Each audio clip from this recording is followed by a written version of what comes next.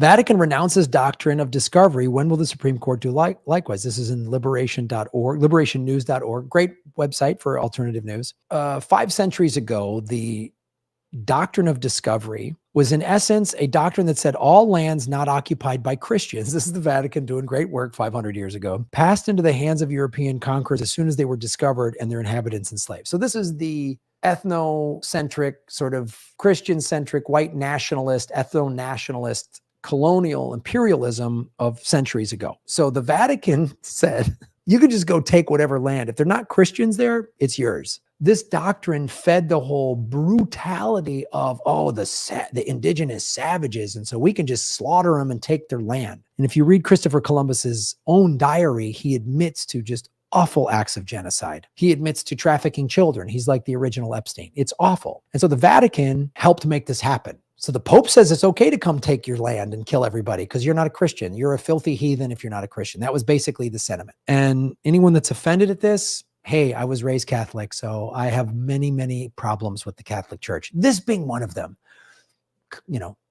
Protecting pedophile priests is also on the list, I would say, but there's centuries old awful shit the Vatican has participated in. This is one of them. And the Vatican at least has recognized this issue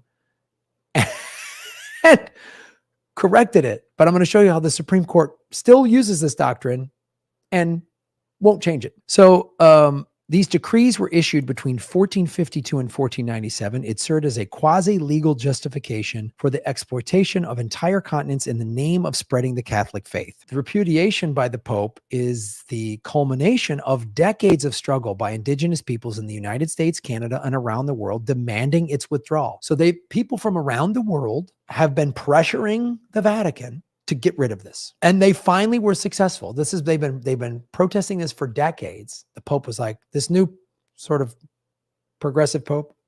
I know that's a little bit of an oxymoron, but I'll give the guy a little bit of credit.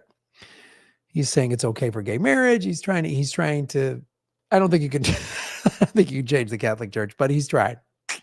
But while the Pope has now renounced it, so the Pope has renounced it, which when the Pope says something, that's it. That's law. The Pope has renounced it.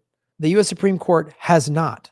The High Court continues to treat the doctrine as an integral basis of U.S. law, particularly in regards to the rights or lack thereof of Native peoples. Most notable in recent times was a 2005 decision authored by the late liberal justice Ruth Bader Ginsburg. Oh, she was such a great liberal. This is the dystopia of America. The right wing is so nutbag out to lunch. Ruth Bader Ginsburg, who's basically center right on most issues, is never held accountable for this awful crap.